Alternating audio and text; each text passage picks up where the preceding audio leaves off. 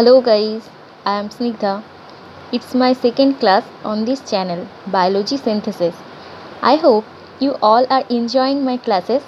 In my first class, I discussed about the characteristics of Asteraceae family. Today, I tell you why the family Asteraceae is considered as most advanced and most evolved among the dicotyledons. So, the family Asteraceae, according to the most of the plant taxonomies, especially the Engler and Frantel, considered it as the highest evolved family in their phylogenetic classification. Why? Due to the following advanced characteristics. অর্থাৎ যে advanced ক্যারেক্টারিস্টিক্সগুলো আমি এখন বলবো সেই ক্যারেক্টারিস্টিক্সগুলোকে base করে এনারা এই Asteraceae বা কম্পোজিট ফ্যামিলিটাকে মোস্ট ইভলভড বা মোস্ট অ্যাডভান্সড ফ্যামিলি হিসাবে বর্ণনা করেছেন। First key character, they grows on various habitat and distributed throughout the world. অর্থাৎ সারা পৃথিবীব্যাপী এদের হ্যাবিটেট দেখা যায়, কারণ এদের অভিযোজন ক্ষমতা বা ইভলভড হওয়ার ক্ষমতাটা খুব বেশি, তাই যে কোনো পরিবেশেই নিজেদেরকে মানিয়ে নিতে পারে। So there various habitat and distribution throughout the world এটা প্রমাণ করে যে এটা একটা মোস্ট ইভলভড ফ্যামিলি। নেক্সট আমরা 2 নম্বর ক্যারেক্টারের দিকে যাব। এটা হচ্ছে it represent a large number of genera. এটা আগের দিনও বলেছিলাম যে প্রায় 1528টি জেনাস এবং 23,840টি স্পিসিস নিয়ে এই ফ্যামিলি গঠিত হয়েছে। তো এই যে একটা বিরাট পরিমাণ সংখ্যক প্ল্যান্ট এদের এই ফ্যামিলিতে পড়ছে, এটাও কিন্তু একটা অ্যাডভান্স ক্যারেক্টার, বিকজ এরা নিজেদেরকে যে কোনো পরিবেশে মানিয়ে নিতে বা টিকিয়ে নিতে সক্ষম বলেই কিন্তু এত ফ্যামিলি মেম্বার্স রয়েছে এদের। তো এটাও একটা অ্যাডভান্স ক্যারেক্টারিস্টিক্স। নেক্সট যেটা দেখব, প্রিডমিনেন্স অফ হার্বেশিয়াস হ্যাবিটেট। যেহেতু হার্বেশিয়াস হ্যাবিটেট বা বিরুৎ জাতীয় গাছেদের ফাইলোজেনেটিক ক্লাসিফিকেশনে অ্যাডভান্সড ক্যারেক্টারিস্টিক্স হিসাবে দেখা হয়, অর্থাৎ প্ল্যান্ট ট্যাক্সোনমিস্টরা, বেশিরভাগ প্ল্যান্ট ট্যাক্সোনমিস্টরাই এটা মনে করেন যে বৃক্ষজাতীয় উদ্ভিদ হচ্ছে প্রিমিটিভ প্ল্যান্টস এবং হার্বেশিয়াস বা বিরুৎ জাতীয় উদ্ভিদ কিন্তু অ্যাডভান্সড প্ল্যান্ট বা অ্যাডভান্সড ক্যারেক্টার এটা। সো এই অ্যাস্টারেসি ফ্যামিলি যেহেতু প্রিডমিনেন্স অফ হার্বেশিয়াস হ্যাবিটেট, এটাও কিন্তু একটা প্রুফ করে যে it's a advance character. Next, the most interesting character, the inflorescence. আমরা আগের দিনই এই ইনফ্লোরেসেন্স সম্পর্কে বলেছিলাম যে হোমোগ্যামাস বা হেটেরোগ্যামাস ক্যাপিচুলাম দুটোই দেখা যায়। এখানে আমি একটা হেটেরোগ্যামাস ক্যাপিচুলামের ছবি এঁকেছি, যেখানে 2 ধরনের ফ্লাওয়ার আঁকার চেষ্টা করেছি। এগুলো হচ্ছে ডিস্ক ফ্লোরেট, আর এই বাইরের দিকে থাকে রে ফ্লোরেট। আমরা যদি সূর্যমুখী ফুলের কথাটা মনে করি, তাহলে ভেতরে যে ছোট ছোট ফ্লাওয়ারগুলো থাকে যেগুলো ব্ল্যাকিশ কালারের হয়, সেগুলো কিন্তু ডিস্ক ফ্লোরেট, এবং বাইরের দিকে যে পতাকার মতন দলমণ্ডলগুলো বেরিয়ে থাকে বা যে ফ্লাওয়ারগুলো থাকে সেগুলো হচ্ছে রে ফ্লোরেট। তো এই 2 ধরনের ফ্লাওয়ার নিয়ে ক্যাপিচুলাম গঠিত হয়, অর্থাৎ মিডিলে থাকছে ডিস্ক ফ্লোরেট, তাকে ঘিরে চারিদিক দিয়ে কিন্তু এই রে ফ্লোরেটরা থাকে। তো এই ক্যাপিচুলামটার জন্য কি কি সুবিধা পাচ্ছে? দুটো মেনলি সুবিধা পাওয়া যায়। 1 নম্বর হচ্ছে capitulum inflorescence is very showy and attractive to the insect. যেহেতু বাইরে থেকে এগুলি পতাকার মতন বা খুব আকর্ষণীয় কালারের হয় বলে অনেক দূর থেকে কিন্তু ইনসেক্টস একে ফলো করতে পারে বা ইনসেক্ট এর দ্বারা আকৃষ্ট হয়ে ফুলের ওপর এসে বসে।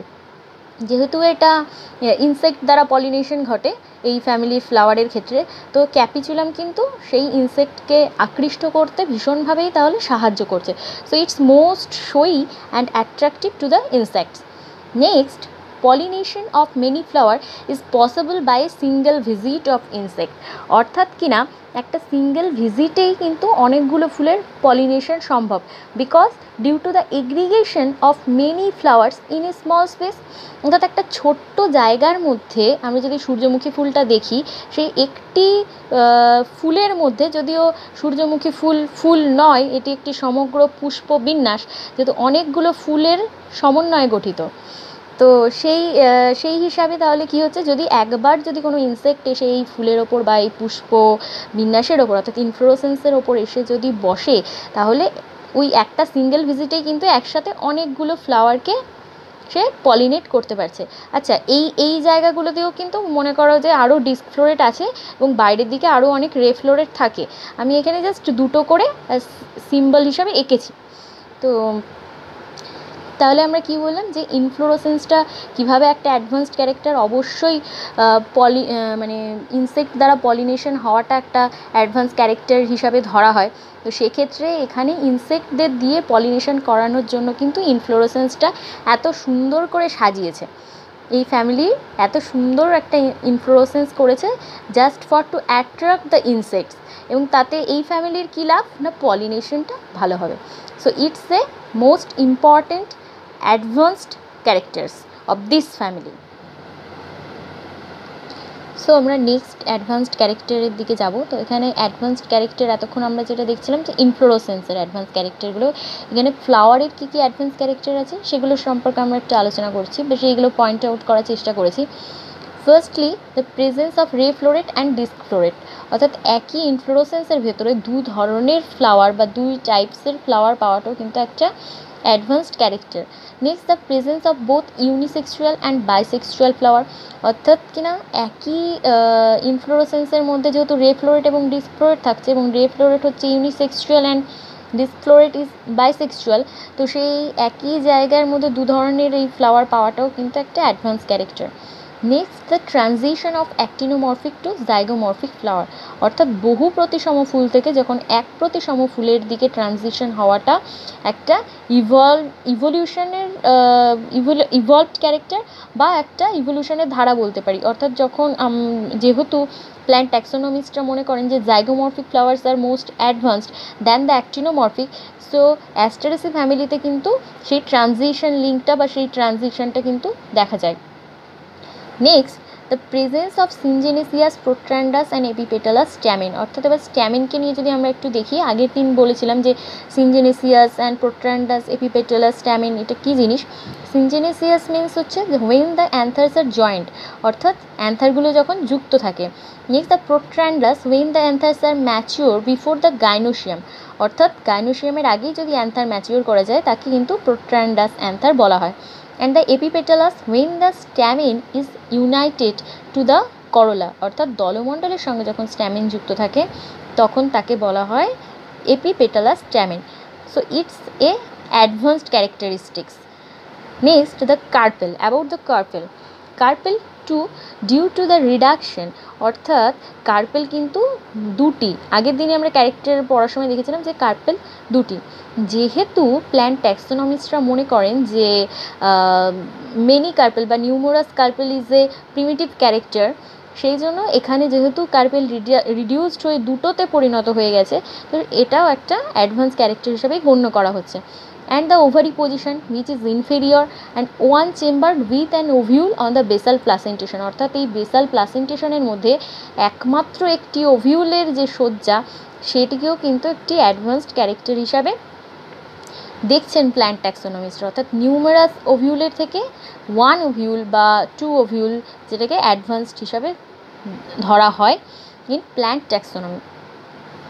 Next the presence of nectar, nectar কী করে না, নেকটার কীভাবে হেল্প করে, it protect the flower against rain, so it's also a advanced or evolved character of this. So next point is adaptation for cross pollination বা adaptation for the pollination, পলিনেশনের জন্য কী কী adaptation ঘটিয়েছে। First হচ্ছে প্রোট্রান্ডি, অর্থাৎ অ্যান্থার্স mature before the gynoecium, একই ফুলের যখন another আগে mature করে যাবে এবং গাইনোসিয়াম ম্যাচিওর হবে না, তখন এই অ্যান্থার কিন্তু কখনোই এই গাইনোসিয়ামকে ফার্টিলাইজ করতে পারবে না, অর্থাৎ এখানে সেলফ পলিনেশন ঘটাতে পারবে না। অ্যান্থার অন্য কোনো ফ্লাওয়ারে, যেই ফ্লাওয়ারের গাইনোসিয়াম অলরেডি ম্যাচিওর করেছে তাকে গিয়ে ফার্টিলাইজ করবে এবং ক্রস পলিনেশন ঘটাবে। তো এটা একটা মোস্ট ইম্পর্টেন্ট একটা অ্যাডাপ্টেশন। এবং নেক্সট যে পয়েন্টটা সেটা হচ্ছে যে এই স্টিগমা কিন্তু, বা আগের দিন আমরা যখন ছবি এঁকেছিলাম তখন দেখছিলাম যে স্টিগমা কিন্তু সোজা থাকে, এখানে আমি দেখাচ্ছি যে কার্লস ব্যাক করে গেছে। কেন করেছে, stigma wait for cross pollination but if it fail it curls back to its own anther, অর্থাৎ যখন এই স্টিগমাটা দাঁড়িয়ে থাকছে এবং একদম লাস্ট পয়েন্ট অবধি ফরেন পোলেনের জন্য কিন্তু অপেক্ষা করছে। এবং যখন দেখছে যে ফরেন কোনো পোলেন বা বাইরের অন্য কোনো ফ্লাওয়ারের পোলেন এসে এই স্টিগমাকে ফার্টিলাইজ করছে না, তখন কিন্তু স্টিগমা কার্ল ব্যাক করে নিজের সেই ফ্লাওয়ারের নিজের অ্যান্থারের কাছে চলে যায় এবং ফার্টিলাইজেশন ঘটায়, অর্থাৎ কিনা তখন কিন্তু সেলফ পলিনেশনের মাধ্যমে পলিনেশনটা ঘটায়। তো এইগুলো কিন্তু একটা অ্যাডভান্সড ফ্যামিলির বা অ্যাডভান্সড ক্যারেক্টার এগুলো হিসাবেই গণ্য করা হচ্ছে। So the last but not the least, the last advanced character হিসাবে যেটা দেখাচ্ছে সেটা হচ্ছে ডিসপার্সাল অফ ফ্রুট। এক্ষেত্রে বলেছিলাম যে একটা স্পেশাল টাইপের ফ্রুট হয়, সেটাকে বলে সিপসেলা। এবং এই সিপসেলার মধ্যে কী থাকে না, প্যারাশুট মেকানিজম থাকে। এবং এই যে ফ্লাওয়ারের ক্যালিক্সটা মডিফাইড হয়ে কিসে পরিণত হয়, প্যাপ্পাসে পরিণত হয়। প্যাপ্পাস হচ্ছে মানে হালকা রোম রোম টাইপের দেখতে হয়। তো এই প্যাপ্পাসের সাহায্যে কিন্তু ফ্রুট অনেক দূর অবধি উড়ে যেতে পারে, যার ফলে ডিসপার্সালটা কিন্তু একটা লং এরিয়া অবধি ফ্রুট ডিসপার্সালের সুবিধা হয়। এটাও কিন্তু একটা অ্যাডভান্সড ক্যারেক্টার, কারণ যখন ফ্রুট খুব কাছাকাছি মানে গাছের খুব কাছাকাছি যদি পড়ে থাকে, তা দূর অবধি যদি ফ্রুট বা সেই বীজ যদি পৌঁছতে না পারে, তাহলে কিন্তু গাছের বিস্তারটা বেশি হবে না। কিন্তু এক্ষেত্রে দেখতে পাচ্ছি যে এই প্যাপ্পাস বা এই মেকানিজম, প্যারাশুট মেকানিজম, এগুলো থাকার জন্য কিন্তু ফ্রুটটা বা বীজটা অনেক দূর অবধি। সো এই যে এই প্যাপ্পাস বা parachute mechanism, it's a advance character, অর্থাৎ এই প্যাপ্পাস বা প্যারাশুট মেকানিজমের দ্বারা যে ফ্রুট বা সিড অনেক দূর অবধি একটা লং ডিস্ট্যান্স অবধি ডিসপার্সড হতে পারছে, ইটস এ অ্যাডভান্স ক্যারেক্টার। তো এইগুলোই ছিল আমাদের এই ফ্যামিলির অ্যাস্টেরেসি বা কম্পোজিট ফ্যামিলির মোটামুটি সমস্ত অ্যাডভান্স ক্যারেক্টারগুলো, যাদেরকে বেস করে বলা হচ্ছে যে it's the most and highest evolved among the dicotyledons. So এই আজকের ভিডিওটি এবং আগের দিনের আমার ভিডিওটি যারা দেখছো, তাদের কাছে আমার একটি প্রশ্ন যে why the flower of sunflower is not a flower and actually what is it. অর্থাৎ এই যে সূর্যমুখীর ফুল বা এই অ্যাস্টেরেসি ফ্যামিলির যে গাছগুলি আছে, তাদের ফুলকে আমরা কেন ফুল বলবো না এবং অ্যাকচুয়ালি বা সত্যিকারের তারা কী, সেই উত্তরটা কিন্তু তোমরা আমাকে জানাবে। সেটা আমার এই ভিডিওটির কমেন্ট বক্সে আমাকে জানাতে পারো বা আমাকে হোয়াটসঅ্যাপ করতে পারো। আর এই ক্লাসটি সম্পর্কে কারোর যদি কিছু জানার থাকে বা কোথাও যদি বোঝার কোনো অসুবিধা হয়ে থাকে, সেটাও কিন্তু আমাকে কমেন্ট করে জানাতে পারো।